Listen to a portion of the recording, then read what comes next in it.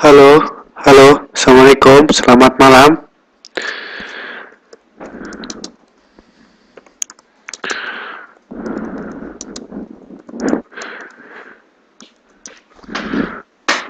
Halo,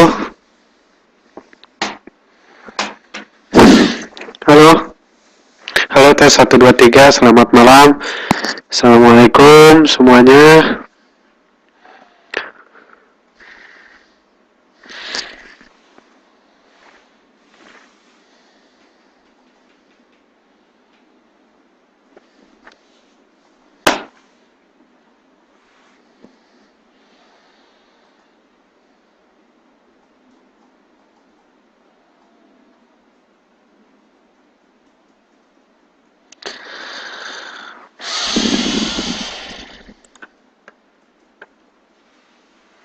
Halo,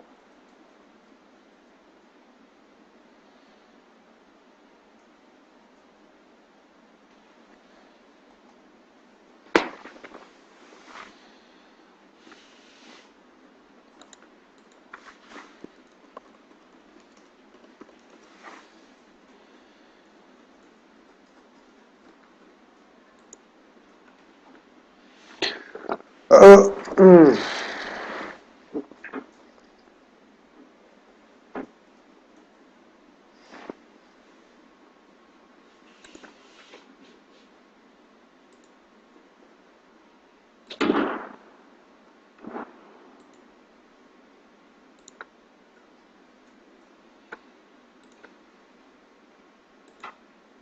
hmm,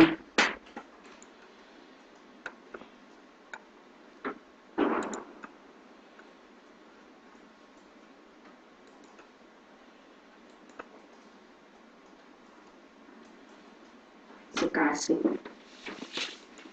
asik.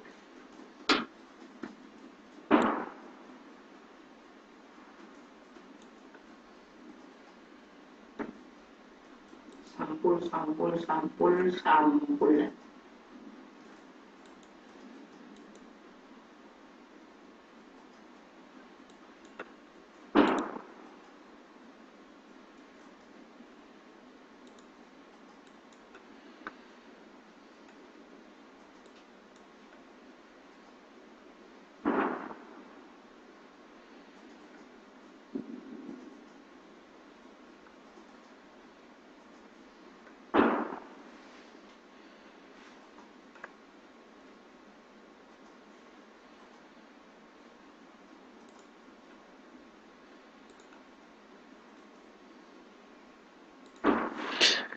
oke.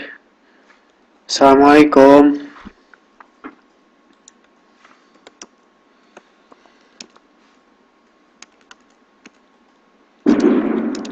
Halo, Assalamualaikum.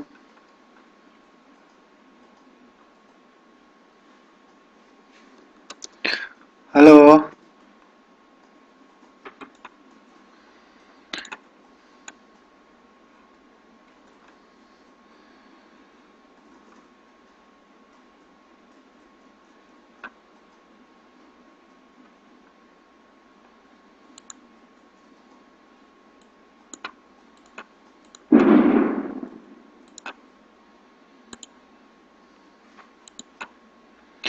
halo, halo ya, jelas semuanya ya. Ini baru ada 2 orang ya.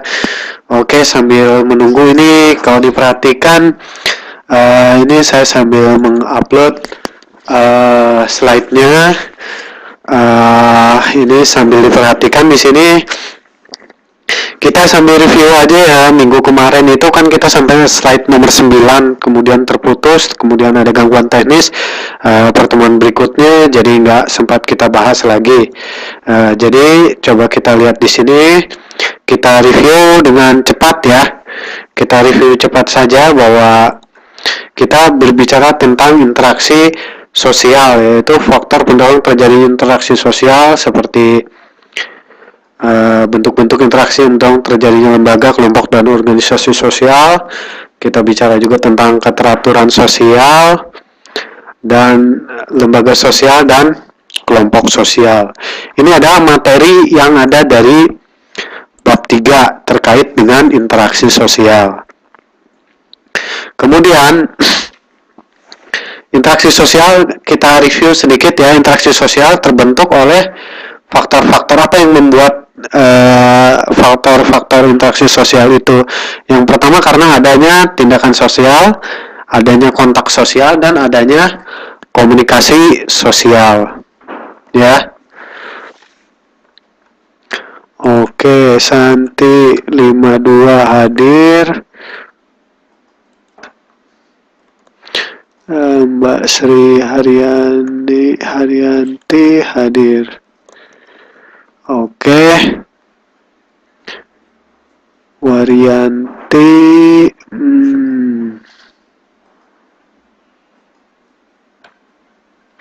Oke. Suaranya nggak bersih. Coba. Mbak Sri Haryanti suaranya jelas nggak? Halo? Tes 1, 2, 3. Suaranya jelas nggak ya? Cempreng. Suaranya cempreng. Oh gitu ya. Aduh, kenapa ya? Ini takutnya kalau saya utik-utik ada gangguan lagi. Tapi ya nggak apa-apa. Coba kita sedikit cek aja. Coba saya kecilkan. Halo, masih cempreng nggak suaranya sekarang? Halo, halo.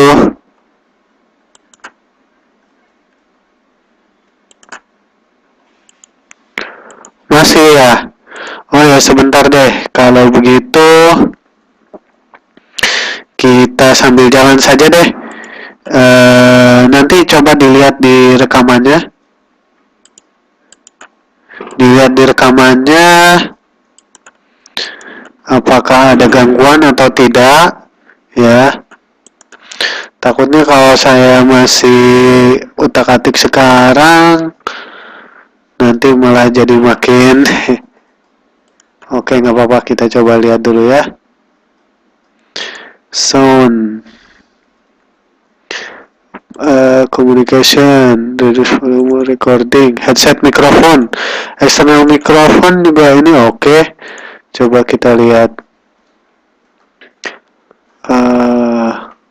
Back. Salah sebentar, properti sebentar. Halo.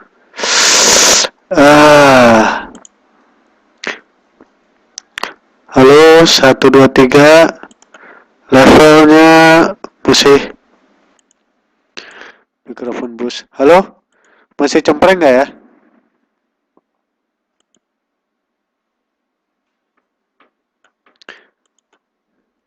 Oke ya. Oke ya. Halo, tes 1, 2, 3. Oke. Oke, Mbak ya. Halo? Sekarang oke, jelas ya. Oke lah. Benar, udah jelas semua nih ya. Oke, jadi kita lanjutkan. Kita membahas faktor-faktor yang membentuk interaksi sosial seperti tindakan sosial, kontak sosial, dan komunikasi sosial. Ini adalah materi yang sudah kita diskusikan minggu lalu. Kita bicara juga tentang tindakan rasional instrumental, tindakan rasional berorientasi nilai, tindakan tradisional, dan tindakan afektif. Itu adalah jenis-jenis daripada tindakan sosial. Jadi kita lihat kembali, ini sebenarnya sudah kita diskusikan minggu lalu tentang tindakan rasional instrumental itu seperti apa. Di sini contohnya tindakan memilih program antara jurusan SMA dengan mempertimbangkan bakat, minat, dan cita-cita. Jadi rasional instrumental, rasional itu artinya masuk di akal, ya, masuk ke dalam pikiran kita, jadi rasional, masuk akal. Jadi sesuai antara cara dan tujuan. Kemudian ada rasional berorientasi nilai. Ini contohnya adalah tindakan-tindakan yang bersifat agama, itu yang bercampur misalnya tayo. Kemudian tindakan tradisional, nah, kalau ini di Indonesia banyak banget. Tindakan-tindakan tradisional yang di Indonesia banyak seperti itu. Seperti upacara-upacara adat atau apa itu kan contoh-contoh dari tindakan tradisional. Dan upacara adat itu pasti merupakan tindakan sosial. Kenapa?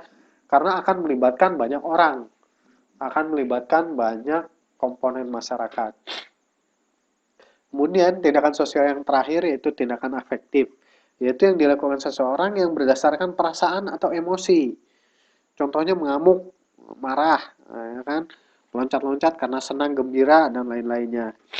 Itu adalah contoh-contoh jenis daripada tindakan sosial. Kemudian kita bicara tentang kontak sosial. Jadi kontak sosial itu kan berarti persinggungan antara individu ke kelompok, atau dari kelompok ke kelompok, atau dari kelompok ke individu. Nah, jadi kontak sosial di sini ada dua. Jadi kontak sosial yang langsung, halaman 47, ya, oke, halaman 47. Ini kita review yang minggu kemarin. Jadi ada kontak sosial, ya, kontak langsung maupun kontak tidak langsung. Kemudian melalui kontak sosial dari proses komunikasinya, ada kontak primer dan ada kontak sekunder. Kontak primer terjadi di awal komunikasi sosial, kontak sekunder terjadi jika disampaikan melalui pihak ketiga lah, pokoknya pihak kedua, ketiga, dan seterusnya. Yang efeknya bisa ada penyimpangan informasi seperti itu. Kemudian kita lanjutkan ke komunikasi sosial. Di sini sudah ada contohnya, ini minggu kemarin juga sudah kita bahas. Komunikasi sosial ada pengirim pesan atau komunikator, dan ada penerima pesan atau komunikan. Kemudian ada pesannya sendiri atau message dalam bahasa Inggris. Kemudian ada medianya.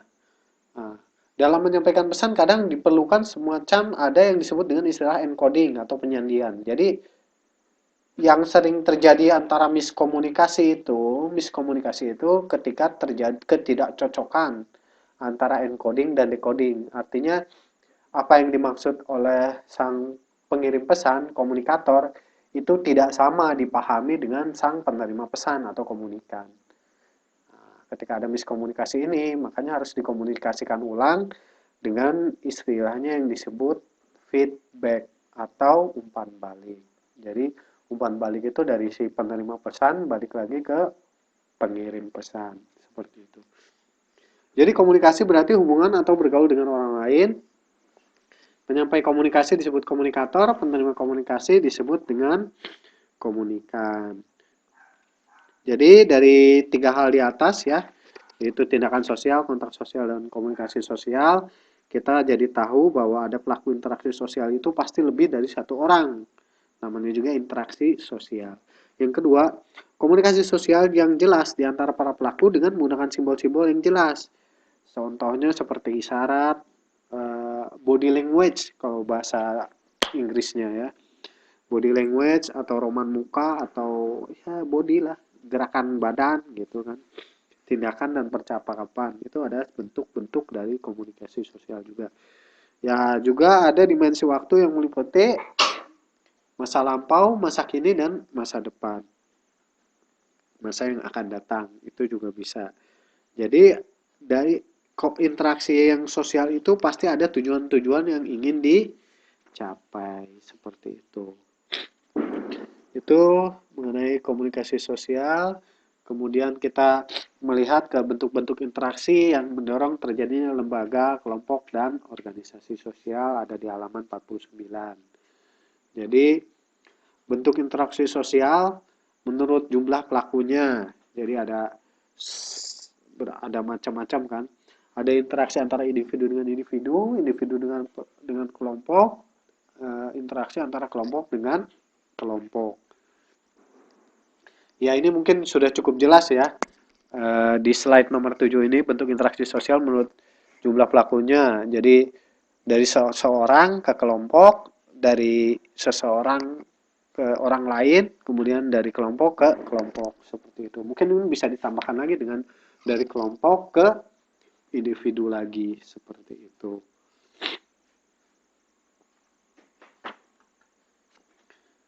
Oke, kita lanjut ke bentuk-bentuk interaksi sosial menurut proses berlangsungnya. Di sini ada yang disebut dengan imitasi. Imitasi itu adalah meniru perilaku atau tindakan orang lain. Ini jelas lah ini imitasi. Jadi biasanya anak muda ABG gitu sering melakukan imitasi pada idolanya. Misalnya suka sama artis Korea, dia ikut-ikut gaya-gaya artis Korea dan dandannya, perilakunya, ya itu bentuknya adalah imitasi. Kemudian yang berikutnya, bentuk interaksi sosial yaitu identifikasi diri. Yaitu pengenalan diri yang berkaitan dengan peniruan, yaitu dekat dengan tadi, dengan imitasi. Jadi kecenderungan seorang untuk menjadi sama dengan orang lain. Ya, anak muda sekarang suka artis Korea, dia ingin menyamakan dirinya sama seperti artis Korea atau seperti idolanya. Seperti itu. Kemudian ada juga yang disebut dengan sugesti, yaitu suatu proses yang menjadikan seorang individu menerima suatu cara atau langkah atau tingkah laku orang lain tanpa kritik terlebih dahulu. Jadi sugesti itu bisa diberikan kepada orang lain. Wujudnya bisa berbentuk rasa dan sikap atau tindakan, saran. Contohnya adalah seorang yang menderita penyakit menaun akan mudah tersugesti untuk pergi ke dukun karena dia ingin segera sembuh, ya kan? Terus remaja putus sekolah juga akan mudah terpengaruhi oleh kenakalan remaja, narkoba dan sebagainya itu karena sugesti juga. Hmm. Jadi sugesti itu ada bermacam-macam jenis, ada sugesti kerumunan, ada sugesti negatif, dan ada sugesti prestise. Sugesti kerumunan contohnya apa? Contohnya adalah seperti orang lagi demo. Orang lagi demo itu orang yang asalnya penakut, orang yang asalnya pendiam, ketika demo dia jadi aktif, jadi beringas, jadi nakal, apa berbeda dengan seperti biasanya. Itu karena dia tersugesti oleh kerumunan, crowded suggestion. Jadi ya itu dia jadi ingin ikut ber berubah gitu kan. Nah, itu karena tersugesti kerumunan dan ini sering dimanfaatkan. Contohnya adalah uh, ketika belanja itu juga sering pakai sugesti. Orang belanja kan asalnya saya nggak mau beli itu, saya jalan-jalan aja nggak akan jajan. Tiba-tiba ketika sudah di kerumunan lihat temennya jajan, lihat orang lain makan, akhirnya jajan dan makan. Nah, itu sugesti kerumunan. Nah, sugesti negatif ya jelas, jadi yang memberi efek yang negatif. Kalau sugesti prestise apa? Prestise itu gengsi, gengsi ya prestis. Jadi ingin ya gengsi lah orang Indo kan gitu, gengsinya tinggi ya, ya kalau gengsinya tinggi ya begitu. Kemudian interaksi sosial lainnya yaitu simpati, yaitu proses yang menjadikan seseorang merasa tertarik pada orang lain. Wah ini laki tertarik pada perempuan, itu pasti pakai simpati dulu. Atau perempuan tertarik pada laki-laki juga pasti karena simpati dulu. Kemudian dari simpati timbullah empati. Kalau ada empati itulah nanti jadi cinta. Itu ya bentuk-bentuk interaksi sosial. Jadi ini terkait dengan komunikasi, terkait dengan berkomunikasi, terkait dengan berhubungan. Oke, sampai sini cukup jelas. Ada pertanyaan nggak? Halo, halo. Ada feedback dulu?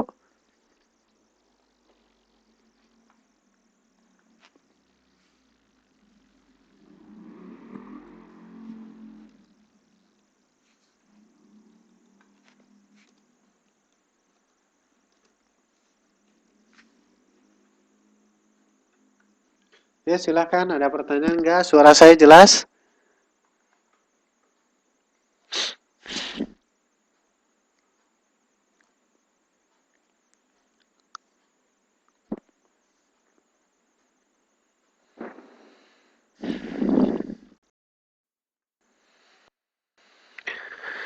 Oke, nggak ada pertanyaan, kita lanjutkan. Kalau suaranya cukup jelas, ini sebenarnya kan kita hanya mereview saja dari minggu kemarin sambil menunggu teman-teman yang baru datang.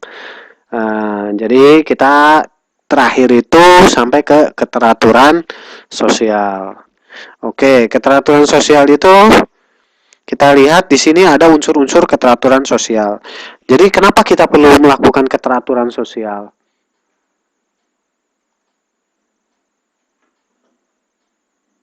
Oke, keteraturan sosial ya. Keteraturan sosial itu kenapa perlu? Karena ya itu tadi negara akan baik kalau masyarakatnya baik. Masyarakat baik itu salah satunya adalah dengan adanya keteraturan, keteraturan sosial. Oke, unsur-unsur keteraturan sosial itu apa saja? Ini bisa dilihat di halaman 52. Ya, dibuka modulnya halaman 52. Unsur keteraturan sosial itu ada tertib sosial. Tertib sosial, yang kedua adalah order, yang ketiga ada keajikan, dan yang keempat adalah pola. Itu ada di halaman 52. Tertib sosial.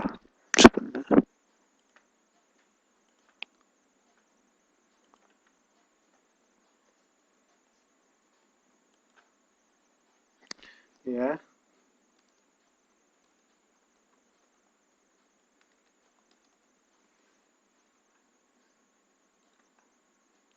Oke, sampai sini ada pertanyaan nggak? Jadi unsur keteraturan sosial, tertib sosial, order, keajikan, dan pola. Tertib sosial, suatu masyarakat dinyatakan tertib jika terdapat keselarasan antara tindakan anggota masyarakat dengan nilai-nilai dan norma-norma. Itu yang disebut dengan tertib sosial. Jadi di masyarakat itu kan ada norma-norma, nilai-nilai, adat istiadat. Itu yang oleh masyarakatnya dijunjung tinggi, ditaati, dipatuhi, maka itu akan disebut dengan tertib sosial. Ciri-ciri tertib sosial itu apa? Yang pertama itu ada sistem nilai dan norma yang jelas. Jadi aturan-aturannya jelas, nilainya apa saja, nilai-nilainya, norma-normanya apa saja.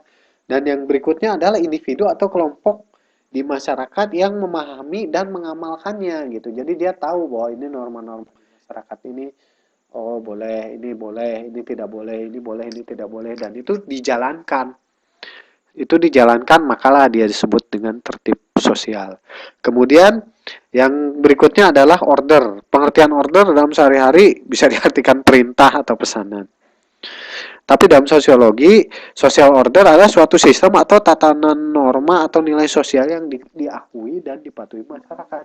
Jadi order di sini identik identik dengan norma dan nilai-nilai. Identik dengan norma dan nilai-nilai. Seperti itu. Kemudian yang berikutnya kita bicara tentang keajegan. Keajegan adalah suatu keadaan yang memperlihatkan kondisi keteraturan sosial yang tetap dan berlangsung terus-menerus. Misalnya di sini dicontohkan orang yang setiap hari ke sekolah, anak sekolah yang ke sekolah tiap hari dia akan selalu menggunakan seragam. Itu ajeg, jadi pasti. Sama seperti orang yang pergi naik motor selalu pakai helm, itu ajeg. Jadi pasti, itu ajeg. Kemudian yang berikutnya kita masuk ke pola. Pola di sini berbeda dengan keajegan. Ya, yang lebih menonjolkan suatu ciri sifat kelangsungan yang tetap pada suatu interaksi sosial. Pola lebih berkaitan dengan bentuk suatu interaksi sosial. Jadi pola itu berupa bentuk interaksi sosial. Oke, kita lanjutkan. Oke, di sini kita lanjutkan dengan faktor-faktor yang mendorong keteraturan sosial. Ya kan? Nah, bisa kita lihat tadi unsur keteraturan sosial kita disimpulkan bahwa keteraturan sosial merupakan kondisi dinamis dari suatu masyarakat, ya, karena masyarakat itu kan kumpulan orang-orang, jadi dia bersifat dinamis, dia berubah-ubah, tapi perubahannya yang teratur itulah yang disebut dengan tertib, teratur. Kemudian kondisi dinamis dalam suatu masyarakat sedemikian rupa tertib dan teratur sehingga mampu mencegah ancaman, gangguan, hambatan, ATHG, ya kan. Sama seperti fungsi daripada nilai-nilai dan norma-norma itu ada di istiadat juga sama dari orang tua kita, dari tokoh-tokoh adat gitu. Mereka memahami bahwa norma nilai-nilai dan norma-norma itu, aturan-aturan itu pasti ada latar belakangnya dan ada poin positifnya. Kenapa dia ada aturan norma dan nilai itu? Seperti itu. Jadi masyarakat akan tertib kalau dia menjalani itu, tapi dia tidak menjalani itu, maka masyarakat akan mendapatkan ancaman atau gangguan atau hambatan seperti itu. Kondisi dinamis terwujud sebagai akibat adanya sistem pengendalian sosial yang disepakati dan ditaati oleh seluruh anggota masyarakat secara konsekuen. Ya, ini dengan kata lain bisa disebut dengan istilahnya hukum, peraturan, hukum, undang-undang, kan itu semuanya sistem pengendalian sosial. Ya. Oke, faktor pendorong keteraturan sosial ini kita lihat di sini ada yang disebut dengan kerjasama atau kooperasi. Ya, kooperasi itu kerjasama merupakan bentuk utama dari proses interaksi sosial. Kenapa? Karena ya orang satu dengan orang lain akan berhubungan. Tujuannya apa? Pasti saling memanfaatkan untuk mencapai suatu kepentingan. Nah, itu maka diperlukan kerjasama, ya kan? Pasti kayak misalnya saya ingin beras, maka saya akan berhubungan dengan tukang beras, gitu kan. Tukang beras ingin punya beras, maka berhubungan dengan petani, seperti itu. Jadi ada kerjasama-kerjasama karena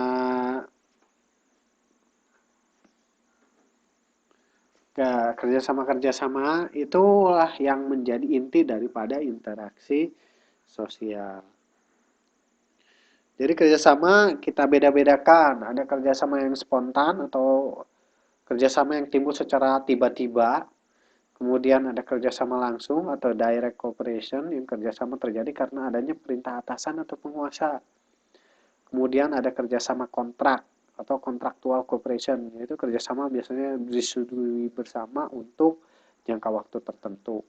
Nah, kerjasama kontrak ini biasanya kayak bisnis, itu kan ada yang disebut dengan MOU ya, Memorandum of Understanding, itu ibaratnya kerjasama kan. Contohnya kayak pakai C dengan Indosuara, itu kan kerjasama kontrak misalnya. Kemudian ada kerjasama tradisional. Kerjasama tradisional atau traditional cooperation itu kerjasama terbentuk karena adanya sistem tradisi yang kondusif. Ya, sistem yang kondusif. Oke, kita lanjut. Nah, selain kerjasama, faktor pendorong keteraturan sosial itu kita lihat ada yang disebut dengan akomodasi. Namun sebelum kita bicara ke akomodasi, ada banyak hal yang terkait dengan masalah kerjasama ini.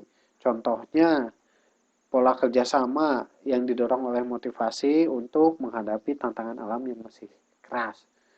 Itu kalau zaman dulu kan babat alas istilahnya. Kalau orang Jawa bilang babat alas, jadi orang mau buka kampung, ya buka-buka hutan gitu kan, seperti itu.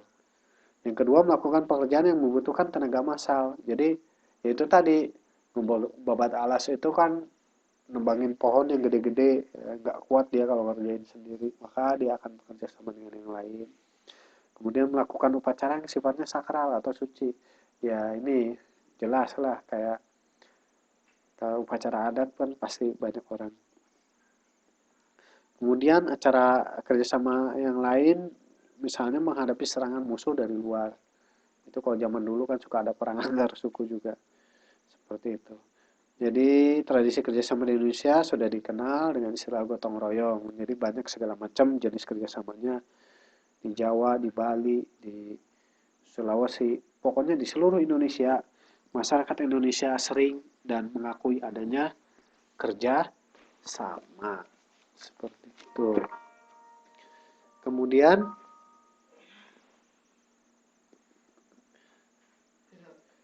kerjasama dibedakan antara kerjasama masyarakat desa dan masyarakat kota. Yaitu tadi kerjasama masyarakat desa misalnya apa? Yaitu karena dia nggak bisa ngerjain sendiri, menghadapi alam yang susah, nah seperti itu. Tapi kalau kerjasama dengan orang kota gimana? Bagi kepentingan atau berbagi keuntungan, seperti berbisnis, seperti itu kan. Kemudian menghindarkan persaingan bebas dan untuk menggalang rasa persatuan dan kesatuan bangsa. Itu kalau di kota, kalau di desa lain lagi. Ditinjau dari pelaksanaannya, kerjasama menurut James Thompson kita bagi menjadi 4. Ada kerukunan, ada bargaining, ada kooptasi, dan ada koalisi. Jadi itu ada di buku di halaman 54. Ya, di buku halaman 54. Kerukunan berupa gotong royong dan tolong menolong. Bargaining atau kerjasama yang dilaksanakan dasar perjanjian atau jasa, barang dan jasa dua organisasi. Kooptasi yaitu suatu proses penerimaan unsur-unsur baru dalam kepemimpinan atau pelaksanaan politik dalam organisasi. Sedangkan koalisi atau penggabungan atau persatuan yaitu kerjasama dilaksanakan oleh dua organisasi yang atau lebih yang mempunyai tujuan yang sama. Ya ini contohnya ya kayak di parlemen ada koalisi Indonesia Hebat, ada koalisi Merah Putih ya seperti itu. Oke, kita lanjutkan ke akomodasi ya. Akomodasi adalah upaya untuk mencapai penyelesaian dari suatu konflik atau pertikaian. Akomodasi bisa juga diartikan sebagai keadaan atau kondisi selesainya suatu konflik atau pertikaian. Jadi poinnya kalau ada akomodasi itu berarti ada konflik, sebelumnya ada konflik. Tujuan daripada akomodasi adalah mengurangi perbedaan paham, pertentangan politik, atau permusuhan. Yang berikutnya adalah mencegah terjadinya ledakan konflik. Mengupayakan adanya akomodasi di antara masyarakat dengan sistem kasta. Kemudian mengupayakan terjadi proses pembauran atau asimilasi. Nah, jadi kalau di buku ada gambarnya di halaman 54 ada kelompok A, kelompok B. Ini keduanya berkonflik. Konflik itu bisa macam-macam kan, penyebabnya bisa perbedaan kepentingan, perbedaan pendapat, berebut lahan dan sebagainya. Itu menjadi konflik. Nah, konflik ini kemudian berproses. Proses itu akhirnya menyebabkan akomodasi, yaitu akhir dari konflik, ya kan? Selesainya konflik dengan akomodasi. Akomodasi ini nanti berakhir menjadi asosiasi atau persatuan, kesepakatan itu hasil daripada konflik. Selanjutnya kita lanjutkan pada bagian berikutnya, yaitu faktor-faktor penghambat keteraturan sosial. Oke, sampai sini jelas? Ada pertanyaan dulu nggak? Silakan. Kalau ada pertanyaan langsung saja diketik di layar komputer Anda.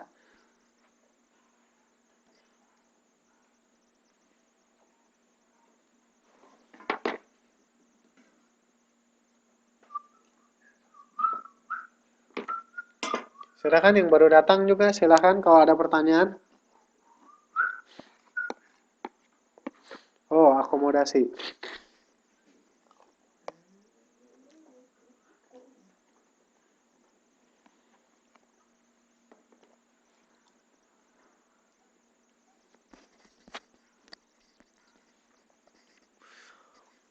Maksud tadi akomodasi kan tadi disebutkan bahwa akomodasi itu adalah akhir daripada konflik.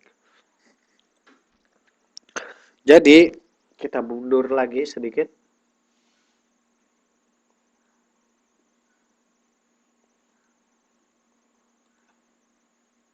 Jadi, akomodasi itu adalah upaya untuk mencegah atau penyelesaian dari suatu konflik atau pertikaian. Jadi, bisa kita lihat di sini bahwa akomodasi adalah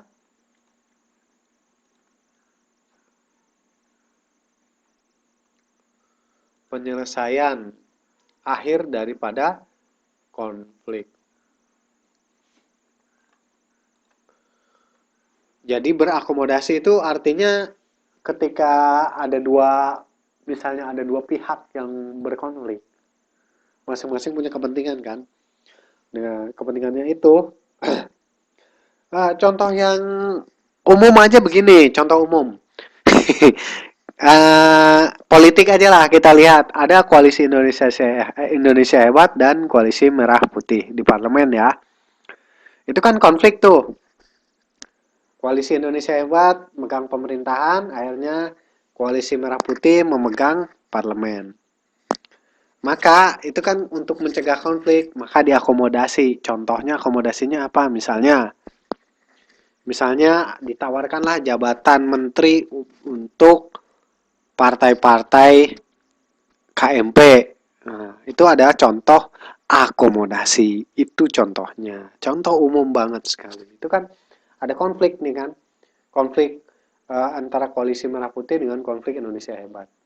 Kemudian untuk akhir dari konflik itu diakomodasi, misalnya oke lah kalau gitu kita damai, nggak perlu ribut lagi konfliknya. Nah, kepentingannya diakomodir, akomodasi misalnya oke lah kalau gitu saya angkat kamu jadi menteri misalnya, tapi kamu nggak boleh jadi oposisi, dukung program saya misalnya, kata pemerintah ya, seperti itu. Jadi itulah yang bisa kita lihat contoh nyatanya daripada akomodasi. Ya, jelas nggak contoh akomodasinya? Itu yang sehari-hari ya, jelas itu konflik politik yang lagi ramai sekarang. Kalau jelas nggak ada pertanyaan,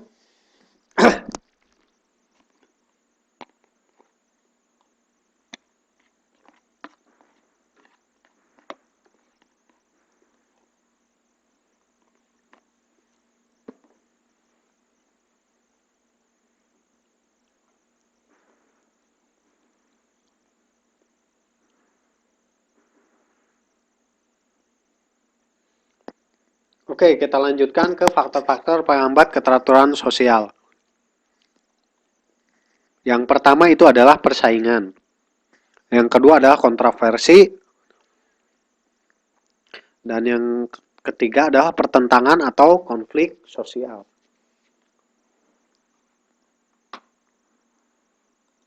Ini ada di buku modul halaman 55. Jadi persaingan itu adalah suatu perjuangan yang dilakukan perorangan atau kelompok sosial tertentu agar memperoleh kemenangan atau hasil secara kompetitif melalui pertandingan tanpa menimbulkan ancaman atau benturan fisik di pihak lain. Ya. Contohnya apa nih persaingan? Dulu persaingan menjadi presiden Indonesia. Itu kan kompetitif itu, pertandingan pilpres pemilihan presiden. Itu bersaing Joko Widodo melawan Prabowo Subianto gitu kan. Nah, itu namanya persaingan. Mengapa ini menghambat keteraturan sosial? Ya itu tadi akhirnya kan terjadi kayak sekarang kan terjadi kayak ada dua blok. Dua blok masing-masing pendukung ya kan seperti itu. Jadi persaingan akan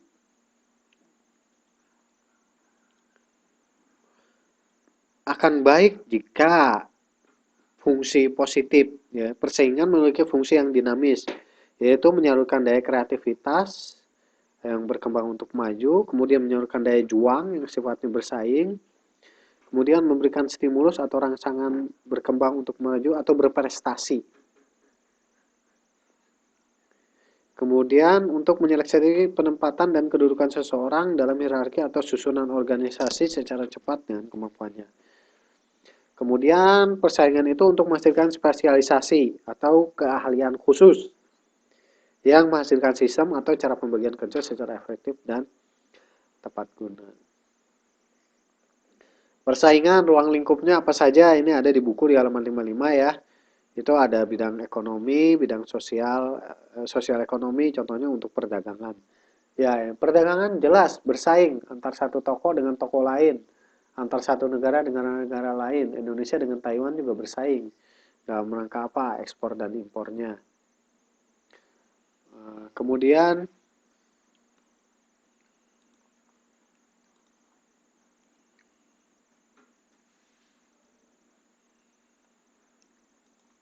oke.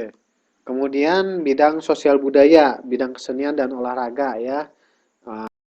Itu jelas mereka melakukan apa yang disebut dengan persaingan. Makanya olahraga itu suka ada lomba-lomba, itu jelas itu merupakan bentuk daripada persaingan.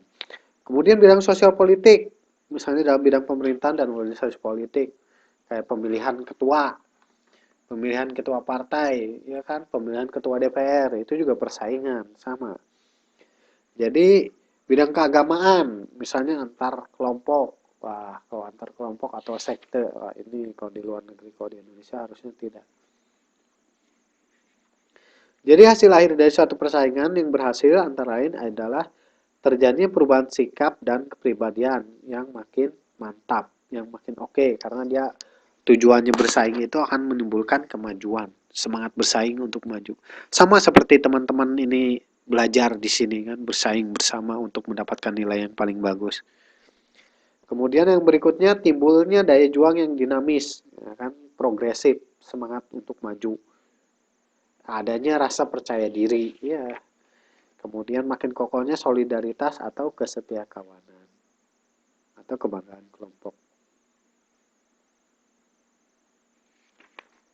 Tapi kita harus mengawasi bahwa persaingan ini harus kita kelola dengan baik supaya bersaing secara sehat, ya. Bersaing secara sehat.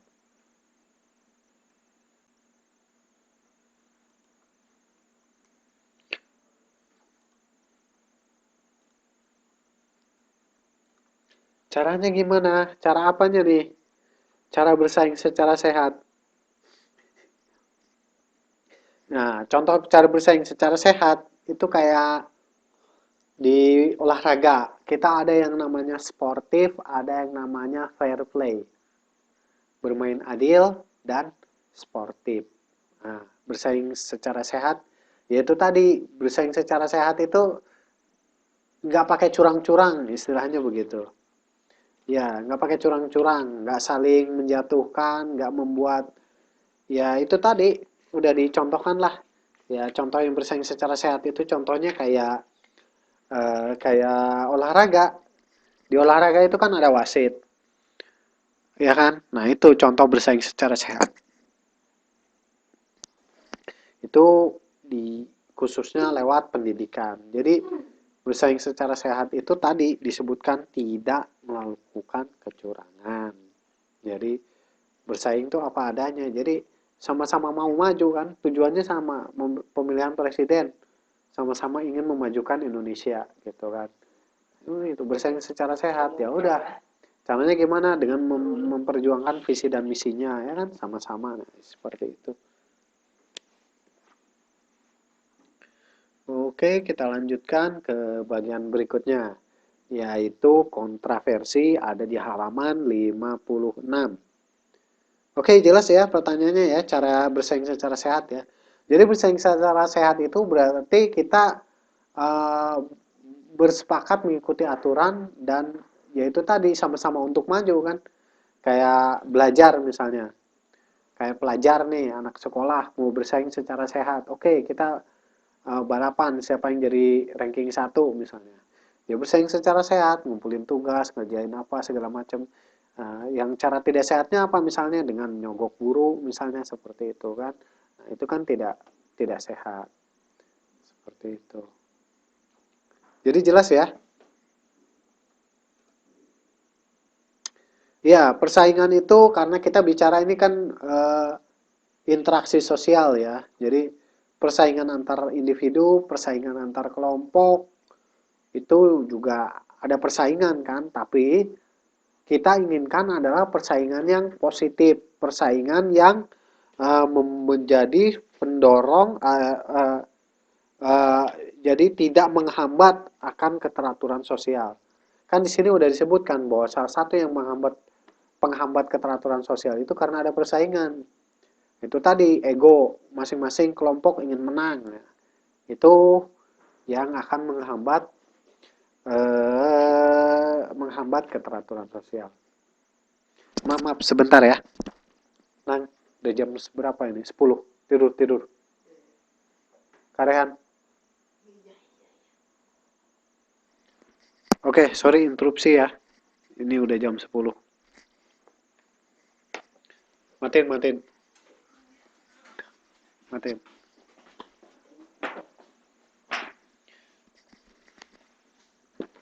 Oke, kita lanjutkan ke bagian berikutnya, kontraversi. Apa itu kontraversi? Kontroversi adalah bentuk proses sosial yang berbeda di antara persaingan dan pertentangan atau konflik. Wujud kontroversi antara lain sikap tidak senang, baik secara terbuka maupun tertutup, kan? Ditujukan baik pada perorangan maupun pada kelompok. Kontraversi. Ya, inilah ibaratnya ya gitu. Ketika selesai persaingan misalnya, maka akan timbul kontroversi. Karena proses sosial yang berbeda di antara persaingan dan pertentangan atau konflik.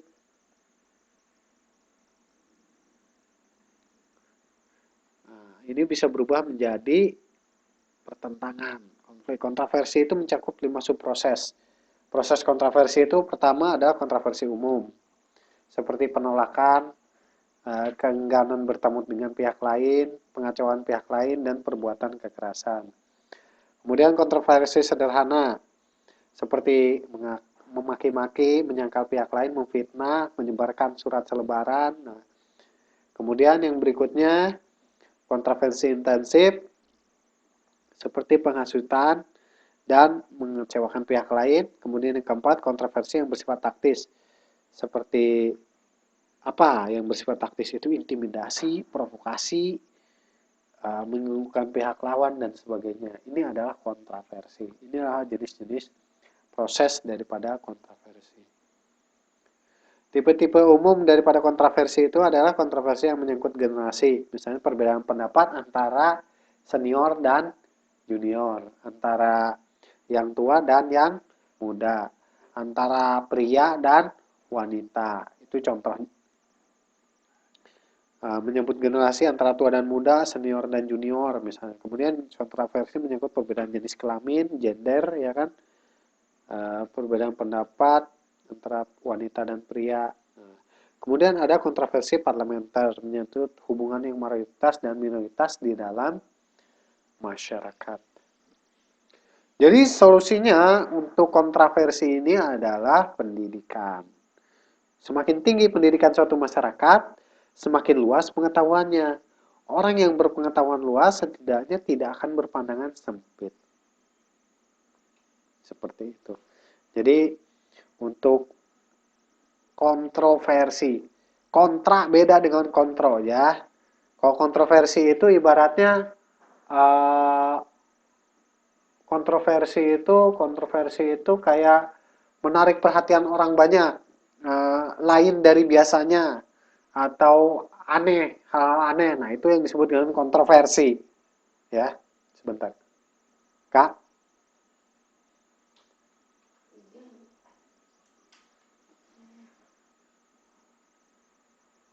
udah 2 kali ya. 2 kali nih, catat. Ya, jadi kontroversi dengan kontraversi itu berbeda. Katanya dari kata kontra, kontra dan kontro. Kontroversi dengan kontraversi itu berbeda. Oke? Jelas ya? Kita lanjutkan.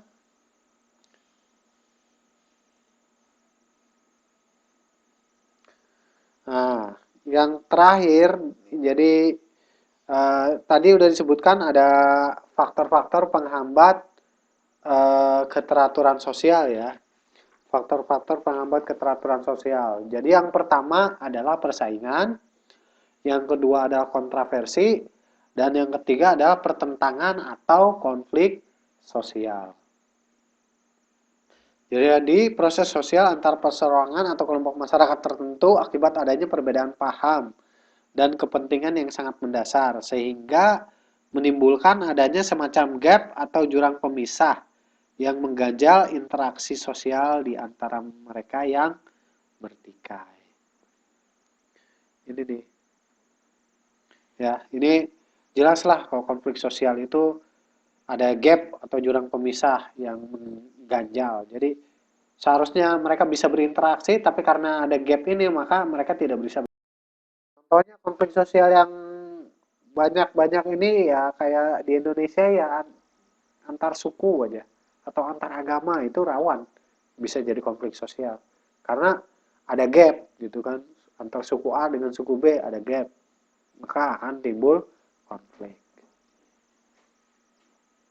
Jadi hal yang menimbulkan pertentangan atau konflik adalah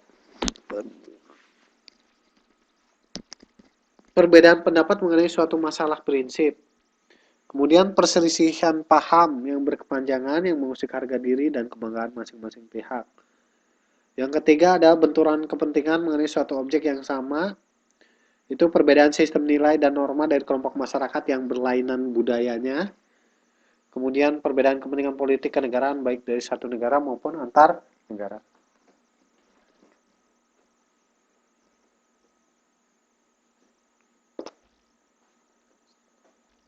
Oke.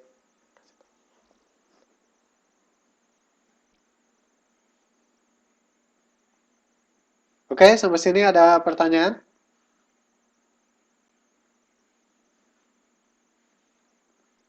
Silakan kalau ada pertanyaan. Ini ada di buku di halaman 56.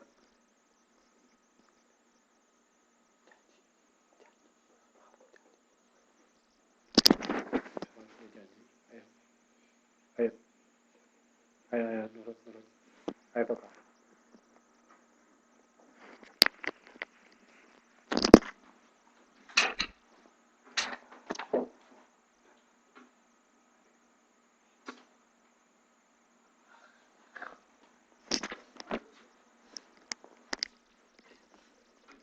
Oke, ada pertanyaan nggak?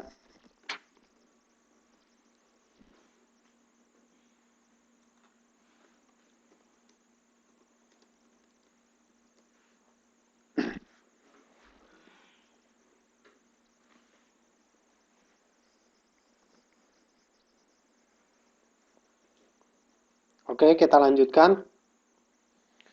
Jadi penyebab konflik pertentangan ya paling sering itu karena perbedaan pendapat mengenai masalah yang prinsip. Perselisihan paham, benturan kepentingan, perbedaan sistem nilai dan norma, ini udah jelas lah. Kita mungkin sering kita lihat perbedaan masalah yang prinsip, perselisihan paham, perbedaan ideologi, itu sering menjadi penyebab terjadinya konflik. Kemudian kita lanjutkan.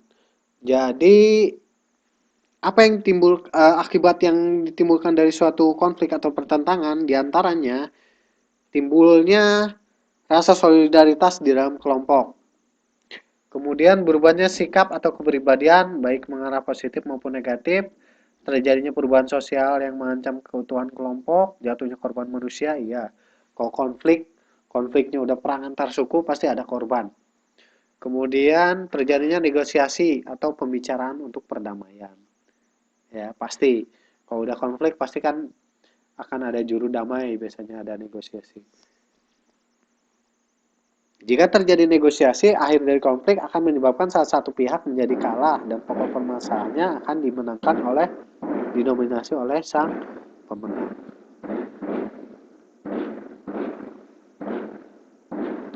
Nah, negosiasi atau perundingan dalam konflik itu apa saja? Itu bisa kita lihat di halaman 57 ya. Di halaman 57 itu ada yang namanya kompromi, yang kedua adalah toleransi, yang ketiga adalah konversi, yang keempat adalah coercion, yang kelima mediasi, yang keenam arbitrase, yang ketujuh konsolidasi, yang kedelapan adjudikasi, yang kesembilan segregasi, dan yang ke-10 itu adalah gencatan senjata. Ini adalah semua jenis-jenis daripada negosiasi. Kompromi itu apa? Kompromi itu ya kedua belah pihak saling mengalah, itu namanya kompromi. Kalau toleransi itu apa? Jadi saling menghargai dan menghormati pendirian dari pihak lain. Kemudian konversi. Konversi itu jika salah satu pihak bersedia untuk mengganti atau mengubah dan menerima pendapat orang lain. Koersi yaitu penyelesaian konflik melalui proses yang dipaksakan. Mediasi itu mengundang pihak ketiga. Kalau arbitrase juga sama melalui pihak ketiga yang dipilih oleh kedua pihak yang bertikai. Kalau mediasi itu pihak ketiganya adalah orang yang netral, yang sebagai penasehat.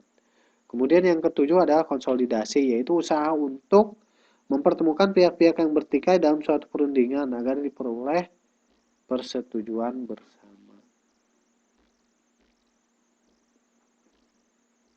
Kemudian adjudikasi. Adjudikasi yaitu penyelesaian perkara atau pangkal pertentangan di pengadilan. Yang terakhir, yang berikutnya adalah segregasi, yaitu upaya untuk saling memisahkan diri dan saling menghindar di antara pihak-pihak yang bertikai dalam rangka mengurangi ketegangan. Segregasi untuk memisahkan diri dan menghindar. Iya, jadi nggak ketemu dulu misalnya. Jangan kontak dulu. Nah, itu adalah salah satu bentuk segregasi. Dan yang sering kita dengar itu adalah gencatan senjata. Jadi kalau konflik-konflik perang, konflik itu biasanya kan fisik, perang misalnya. Maka untuk mencegah itu diadakan gencatan senjata supaya tidak terjadi peperangan. Seperti itu.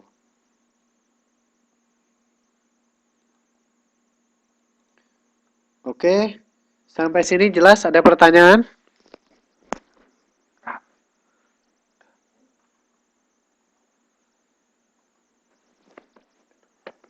Ada pertanyaan nggak? Jelas ya? Silakan kalau ada pertanyaan. Ini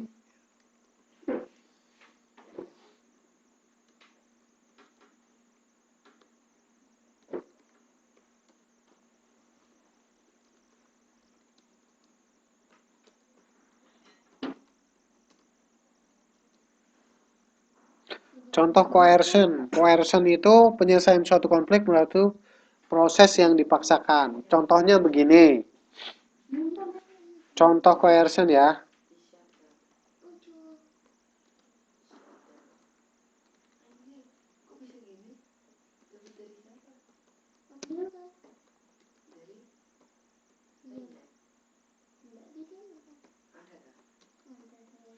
Jadi contoh coercion yaitu kan penyelesaian konflik dengan dipaksa, proses yang dipaksakan. Contohnya kan misalnya ada dua belah pihak, misalnya dua suku berkonflik. Nah, untuk mendamaikannya misalnya pemerintah memaksa salah satu pihak untuk apa misalnya mengalah dan sebagainya. Itu adalah salah satu bentuk daripada coercion. Ya, coercion itu kan dipaksa, misalnya melalui oleh pemerintah atau oleh pihak lain, seperti itu. Seperti itu. Jadi itu adalah contoh daripada coercion.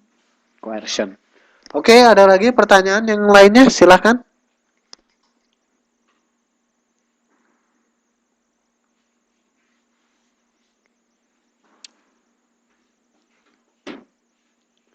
Ada lagi yang mau bertanya? Silahkan.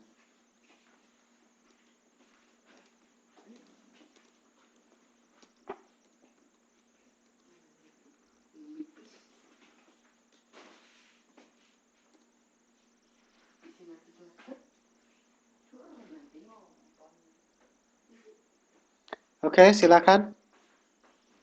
Ada pertanyaan enggak? Tidak ada.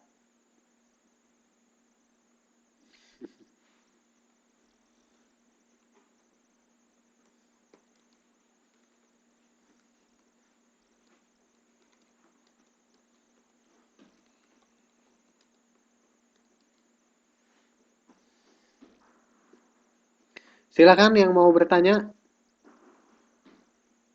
Kalau tidak ada, kita lanjutkan ke bagian berikutnya. Lembaga sosial. Lembaga sosial dan kelompok sosial. Itu kita lanjut ke halaman 58 ya.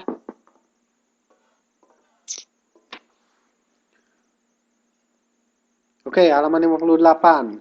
Lembaga sosial dan kelompok sosial. Bahasan mengenai lembaga sosial kehidupan masyarakat erat hubungannya dengan kelompok sosial. Jadi yang satu dengan yang lainnya saling berhubungan. Pengertian lembaga sosial. Lembaga sosial dikemukakan oleh banyak ahli.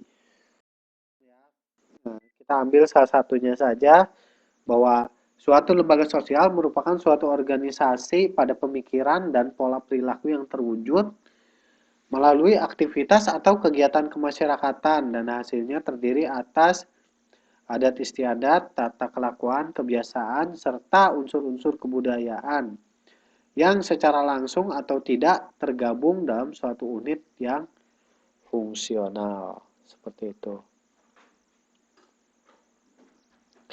Di sini ada beberapa definisi menurut para ahli mengenai lembaga sosial.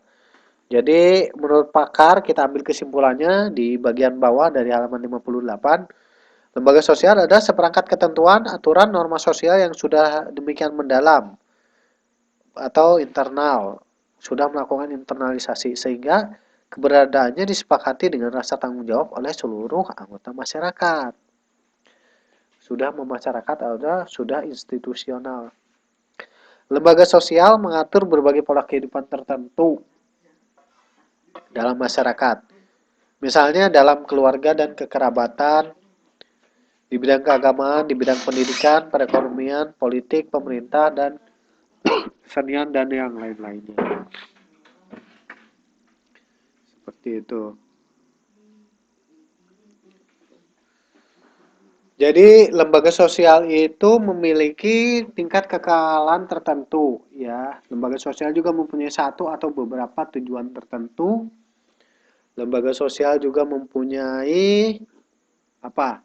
Alat-alat kelengkapan yang dipergunakan untuk mencapai tujuan. Lembaga sosial mempunyai tradisi tertulis ataupun tidak tertulis. Oke, yang dimaksud dengan lembaga sosial itu memiliki kekekalan tertentu yaitu adanya sistem kepercayaan dan tindakan yang akan menjadi lembaga sosial setelah melewati waktu yang lama. Jadi sesuatu itu yang dilakukan oleh masyarakat secara lama, secara kekal gitu kan, makanya disebut dengan tingkat kekekalan, itu artinya sudah melembaga. Jadi kayak ibaratnya adat istiadat, orang kalau ditanya sejak kapan sih misalnya adat orang tua kita atau norma-norma nilai-nilai di masyarakat itu bahwa hal A itu nggak boleh dilakukan atau hal B itu boleh dilakukan.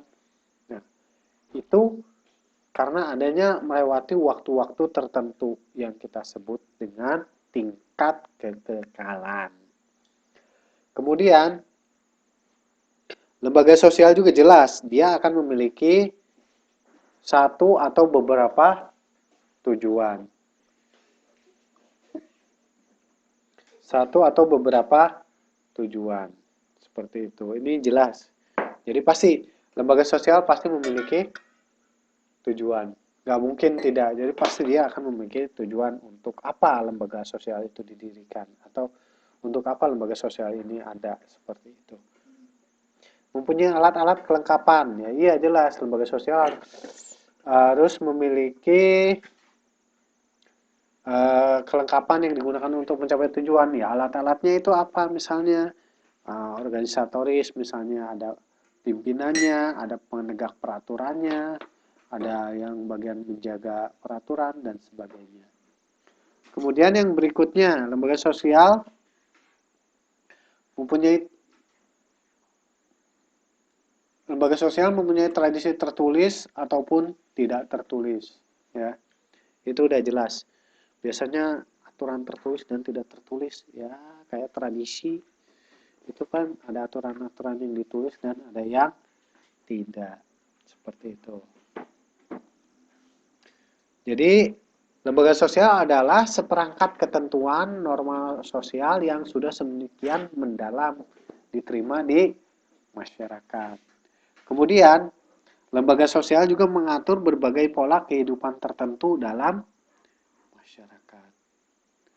Ya, mengatur kehidupan tertentu dalam masyarakat. Oke, contoh lembaga sosial itu apa ya? Oke, contoh lembaga sosial.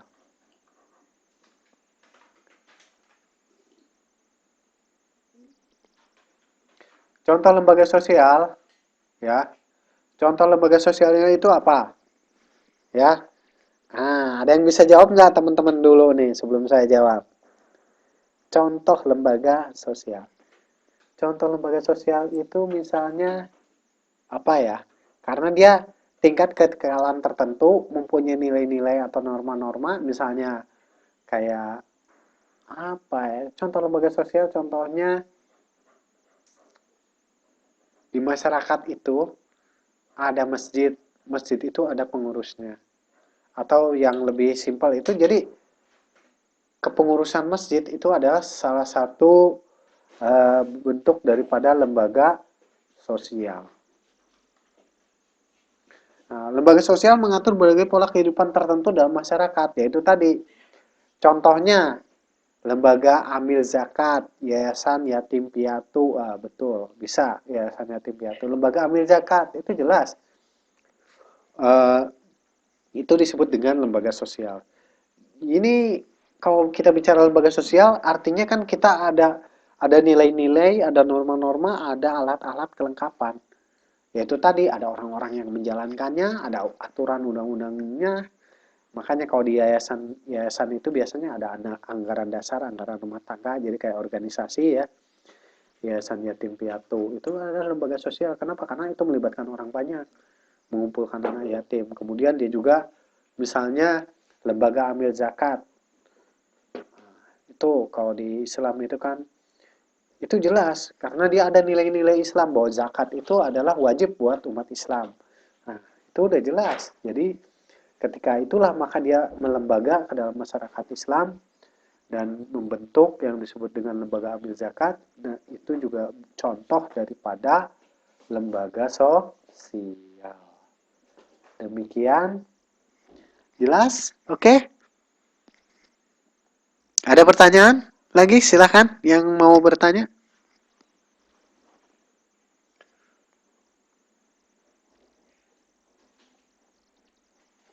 Silakan, ada pertanyaan tidak?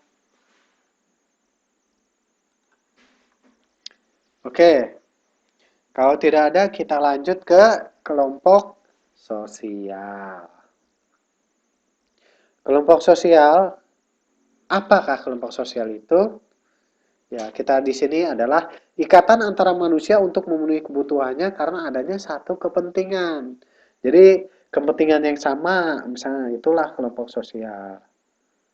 Contoh kelompok sosial, kelompok sosial masyarakat miskin Indonesia gitu kan, atau kelompok sosial masyarakat eh, gabungan TKI Indonesia itu ada kelompok sosial juga ya.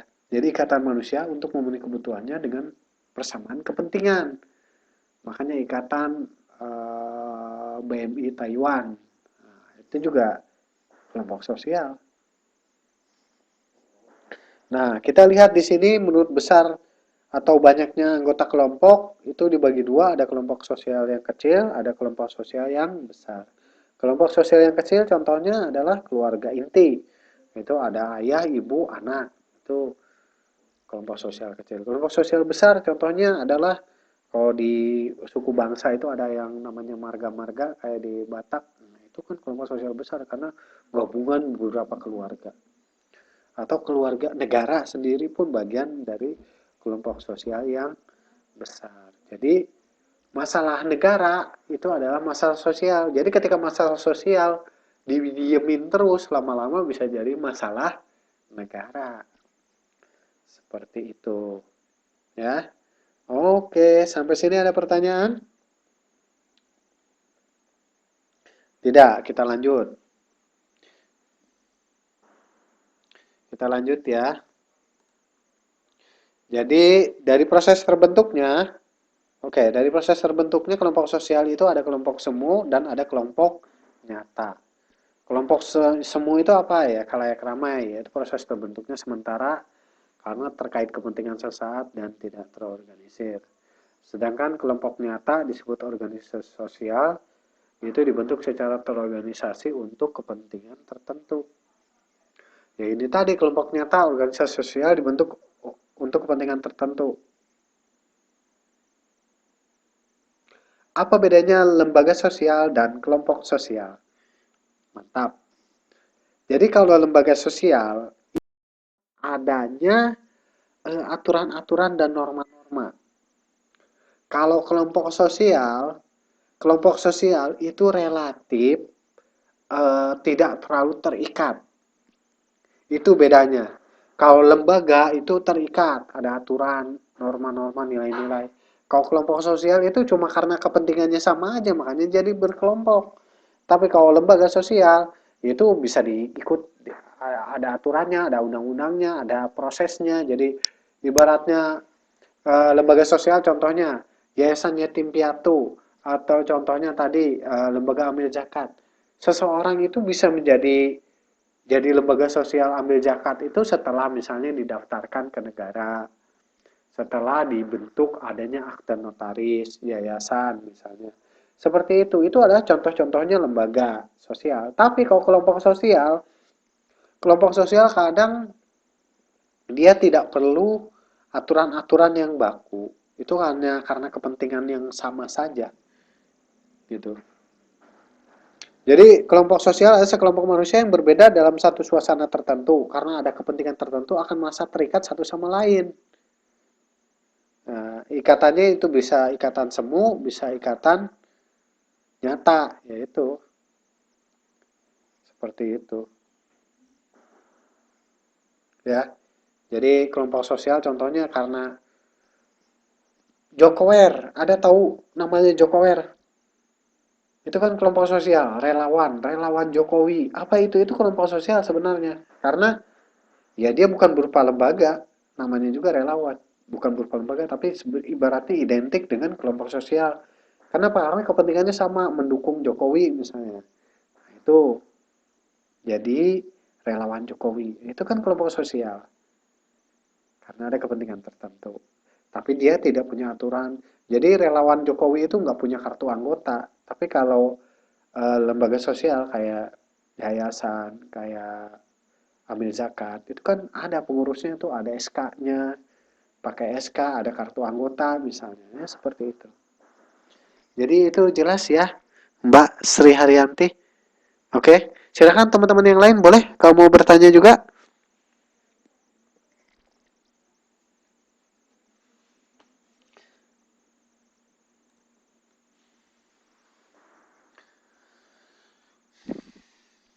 Dilihat dari erat atau tidaknya ikatan kelompok, maka kelompok sosial dibagi menjadi dua. Ada kelompok paguyuban, ada juga kelompok patembayan. Ya, kalau kelompok paguyuban itu apa? Ciri-cirinya adanya ikatan kebersamaan kolektif yang kuat, terbentuk karena waktu yang lama dan adanya ikatan emosional dan kekeluargaan atau hubungan dan kedaerahan yang sama.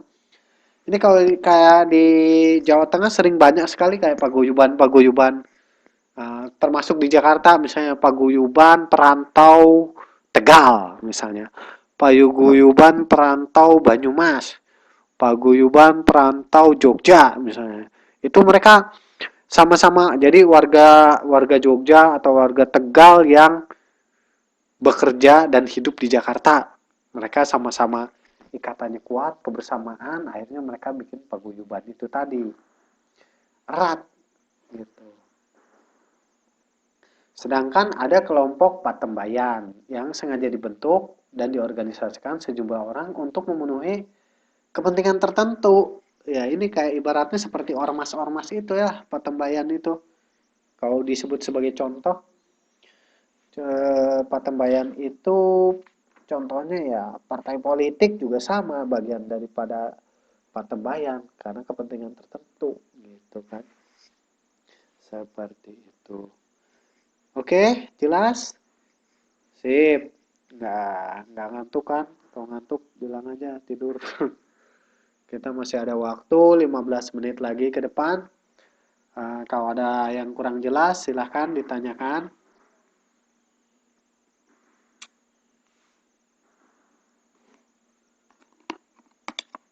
Oh, nggak ngantuk. Oh ya, syukurlah kalau yang nggak ngantuk udah minum kopi kan.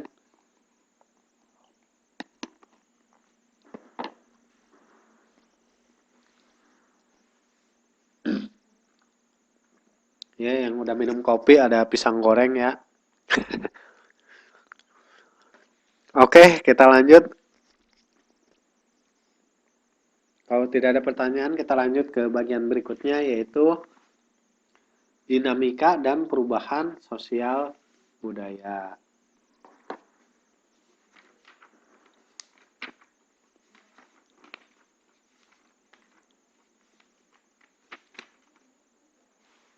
Dinamika dan perubahan sosial budaya. Oke, sampai sini ada pertanyaan dulu nggak? Saya juga mau minum kopi dulu nih.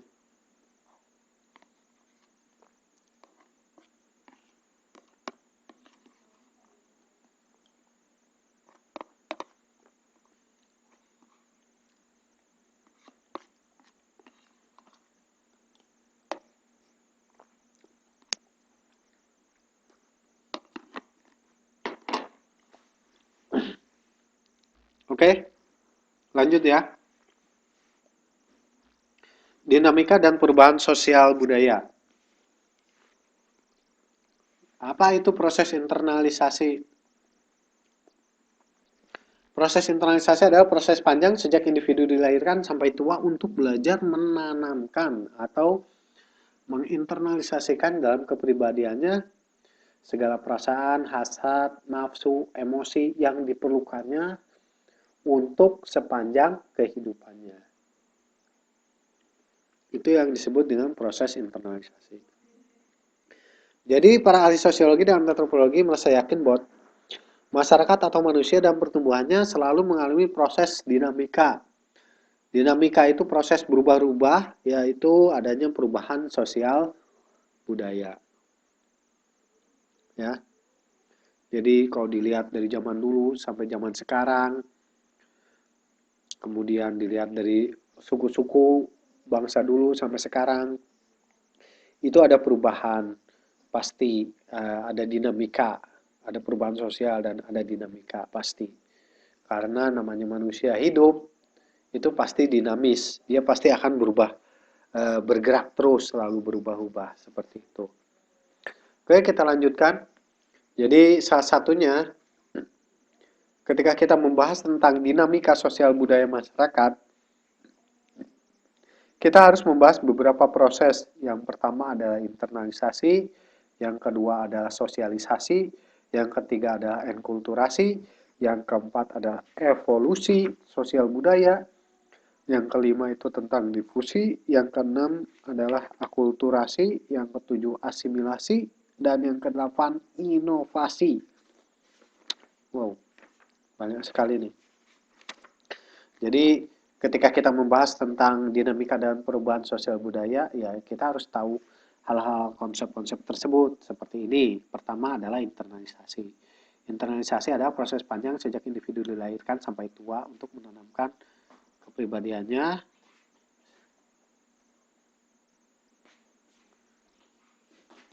Oke, selanjutnya kita buka slide berikutnya.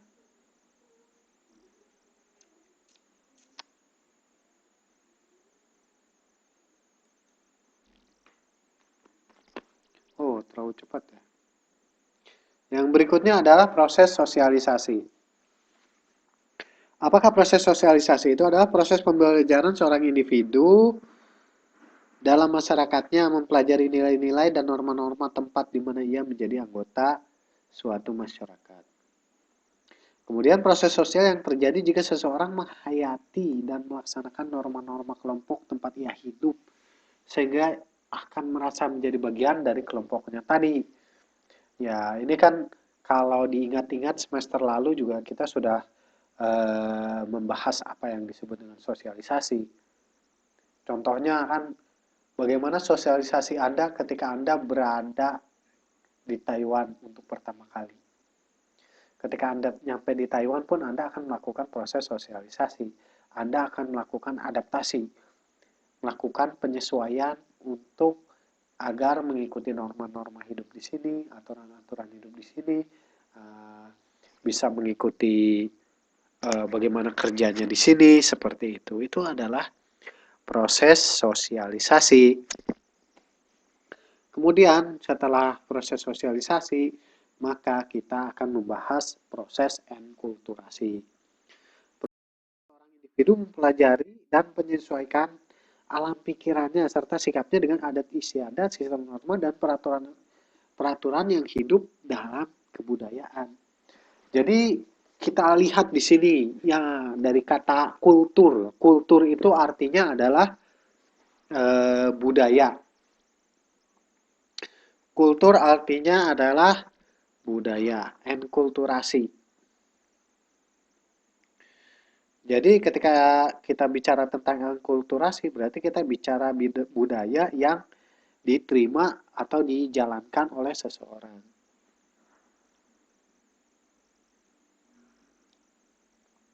Ya.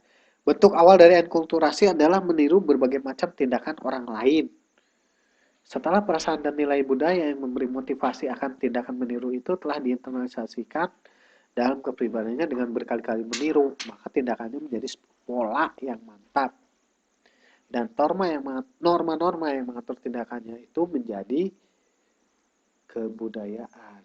Seperti itu. Itulah yang disebut dengan enkulturasi.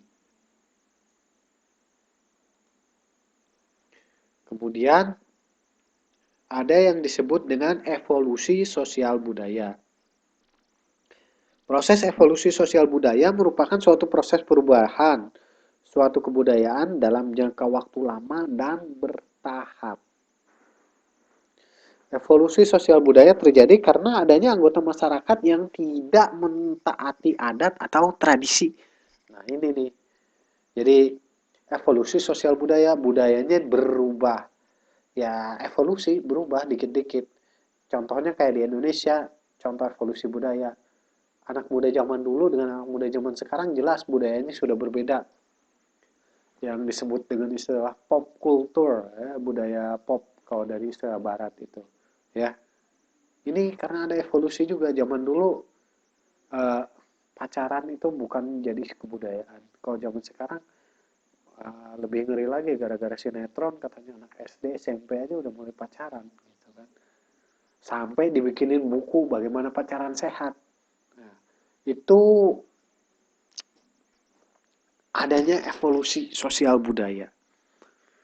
Itu merupakan salah satu evolusi sosial budaya. Makanya ketika buku itu terbit, orang-orang yang ingin mempertahankan budaya yang baik itu akan protes dan mengharapkan agar buku yang membawa budaya yang tidak baik itu dilarang untuk diedarkan.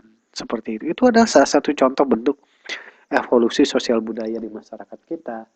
Kita lihat bagaimana ya teman-teman tahu sendirilah di kampungnya seperti apa. Mungkin kalau sempat pulang, kalau cuti setahun sekali, melihat ada perubahan generasi mudanya seperti apa ya. Dulu waktu zamannya masih kecil, SD, SMP, sekarang ketika kita udah mulai umur sekian, itu berbeda banget anak-anak zaman kita dengan anak-anak zaman sekarang. Seperti itu. Itu yang disebut dengan evolusi sosial budaya. Jadi adanya anggota masyarakat yang tidak mentaati adat atau tradisi. Yaitu tadi saya contohkan. Contohkan ya itu tadi yang bahwa ada tradisi dilarang pacaran misalnya.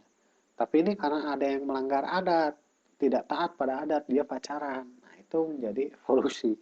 Itu adalah salah satu contoh evolusi.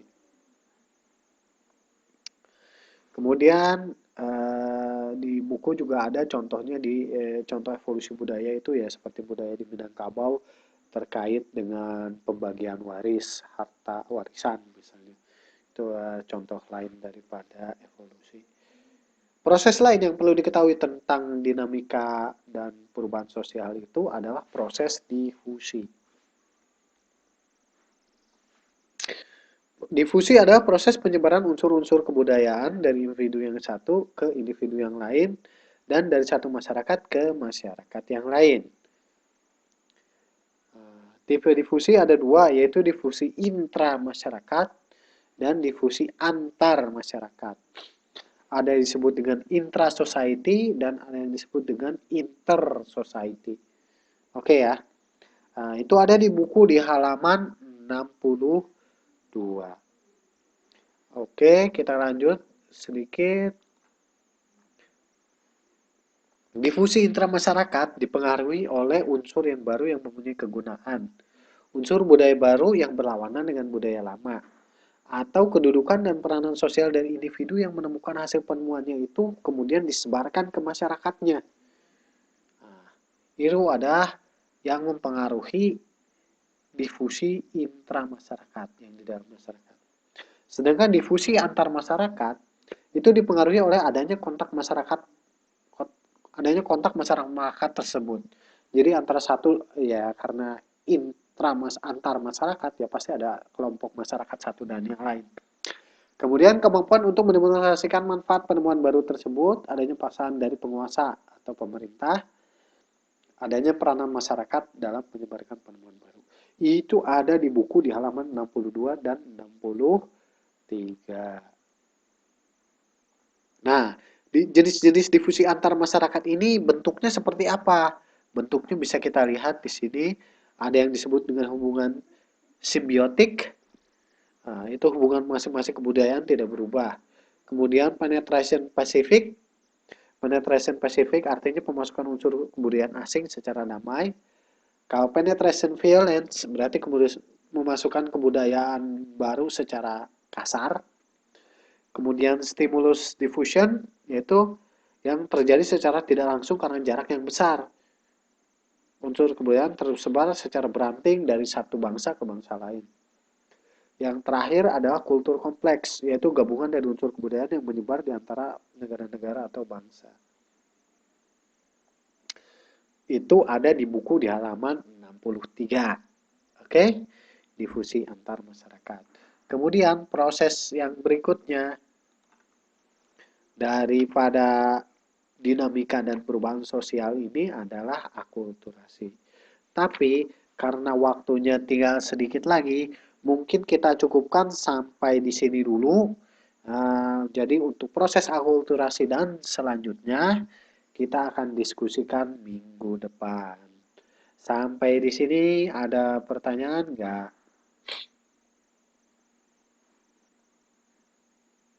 Halo, selamat malam.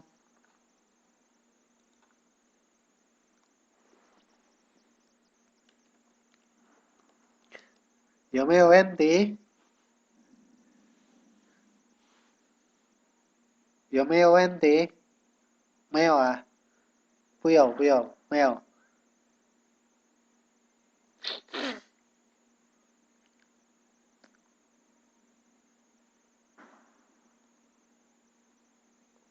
Meo, meo, meo. Oke, ada pertanyaan nggak? Oh, kalau ada yang masih belum mengerti, boleh silakan aja di inbox. Nanti kita diskusi di inbox bisa, nanti saya balas. Kalau ada yang kurang jelas, boleh ditanya. Yang mana yang diunggah? Kalau yang kemarin yang interaksi sosial, itu kan bab 3-nya baru separoh, itu sampai slide 17 ya.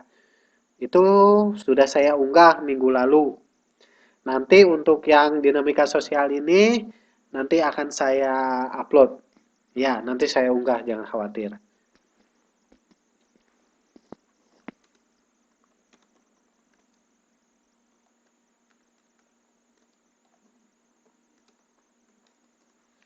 Oke, ya, saya siapkan rekamannya. Ini karena saya di rumah, jadi koneksi internetnya lemot. Kemungkinan link YouTube-nya baru tersedia besok. Soalnya internetnya lemot di sini. Ya, maklumlah. Kalau saya lagi di kampus, bisa cepat. Tapi ini karena saya ngajarnya dari rumah, jadi agak lambat mungkin nanti processingnya.